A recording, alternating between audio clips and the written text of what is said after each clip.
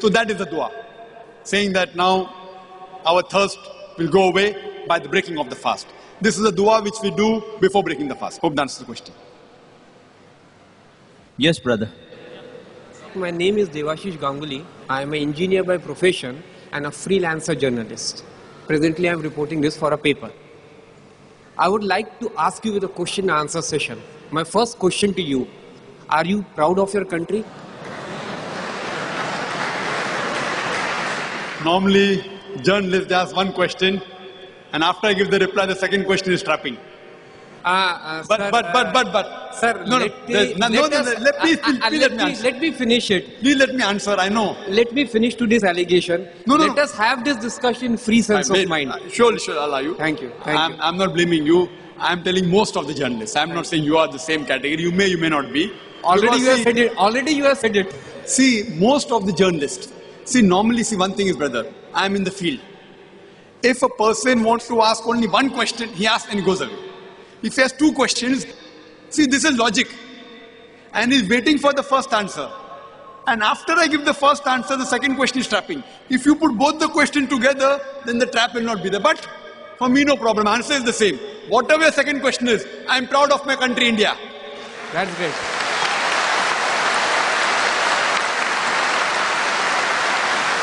It is one of the few countries in the world which gives the right for the citizen of India to preach, propagate its religion and practice. I'm proud of my country. You have answered my second question. I'm proud in many ways. You have answered my second question. Thanks.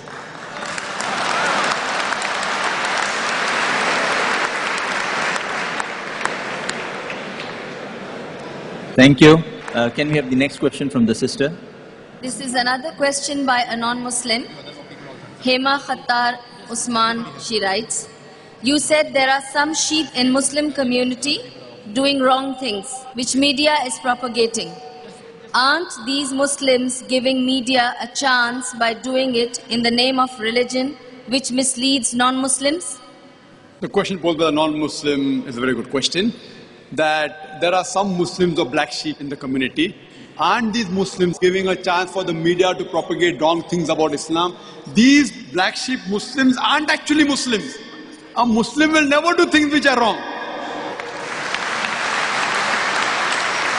A Muslim by definition means that the person who submits his will to Almighty God. Now these people who are black sheep, they are pseudo-Muslims. Their name may be Mohamed, Zakir, Abdullah, Sultan, whatever it is. By name you don't become a Muslim. You become a Muslim by deeds. When you submit your will to Allah, you become a Muslim. So these people actually are not true Muslims, but they are Muslim names. So they aren't bothered whether they're giving a chance to media or not, because they aren't bothered about the religion. Because they're not bothered about the religion, but see, they are not bothered, so they're least bothered what's happening. But I'm blaming the media. Why is the media picking up the minority? If majority of the Muslims are doing this, and then you blame the religion, I've got no problem.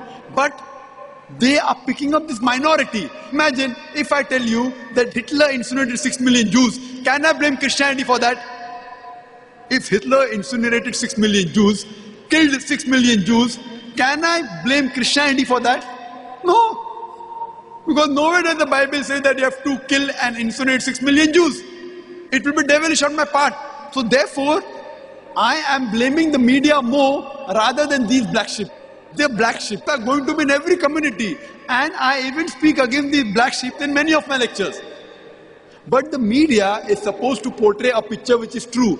They can't pick up black sheep and portray as though they're exemplary Muslim. Or they should say, okay, this Muslim has robbed. He is only 1 or 5 or 10 amongst 1 billion Muslims. I've got no problem. But they portray as though every Muslim is doing something wrong. If one Muslim is caught in drugs, as though majority of the Muslims deal in drugs. So this is what the media portrays is wrong, which I object to.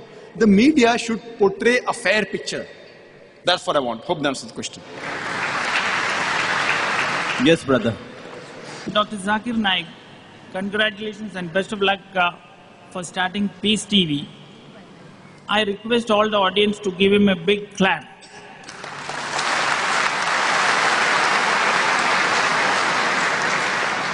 My question is, why is it imperative to circumcise in Islam?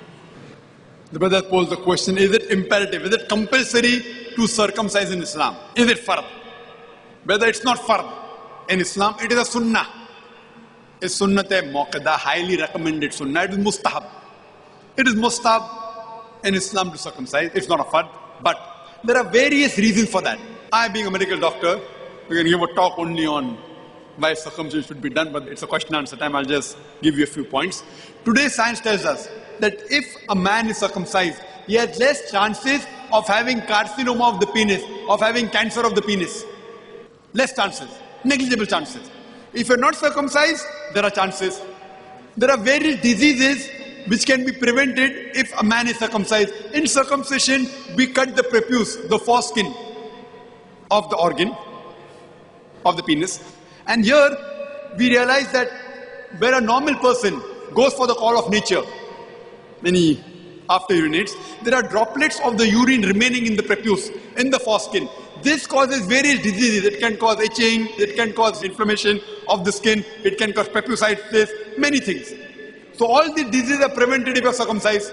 And beyond that, when we go for the call of nature, we even put water, which prevents this further. A person today, science tells us, he enjoys his sexual life more if he's circumcised than non-circumcised. Furthermore, the chances of various other irritation of the skin is not there if you're circumcised. Today, latest research tells us that a man who's circumcised has less chances of having AIDS. The virus of AIDS can spread faster if you're not circumcised. There are various lists of diseases which are prevented. That's the reason today in America, more than 50% of the boys, after they're born, they're circumcised. They aren't Muslim. Even the Christians in America, the doctor asks the parents, do you want your son to be circumcised? And more than 50% of them are circumcised, not because Islam says that, because they know it is a benefit for the son. Hope that answers the question. Yes, brother. Assalamualaikum. My name is Imran Mohamed. I'm an IT manager. My question is regarding the media and conspiracy theories. How should the Muslim respond to conspiracy theories such as America's trying to take over the world, suppressing Islam, etc., etc.? All too often I'm finding Muslims who are not educated in Islam correctly dive into the conspiracy theories more than the knowledge that we should be acquiring. How should the Muslim respond to the conspiracy theories? The brother has asked the question that how should a Muslim respond to the conspiracy theory by the Americans, etc., against Islam, and we don't have our own knowledge, what should we do? Brother, the first thing we should do is we should know our deen. Unfortunately, most of the Muslims do not know their own religion. That's the reason we are in this problem. If we know deen very well, this media would not have a chance to say what it's saying. Unfortunately, we ourselves don't know our deen. And that's the reason when the media says many things, we Muslims become apologetic, we tend to agree. I'll just give you an example. There was a very good pious Muslim, mashallah. He comes and tells me, Brother Zakir, do you know these Talibans, they are very ruthless people, bad people. I said, why? What happened? Because they beat the woman. I said, who told you? I saw it with my own eyes. Where did you see it? He saw it on BBC. See, I'm not here to defend the Taliban. They are not my friends, neither are they my enemies. I haven't met them. I'm not to defend them. But when I keep on traveling, I meet people. I was in Malaysia giving a talk, and there was a couple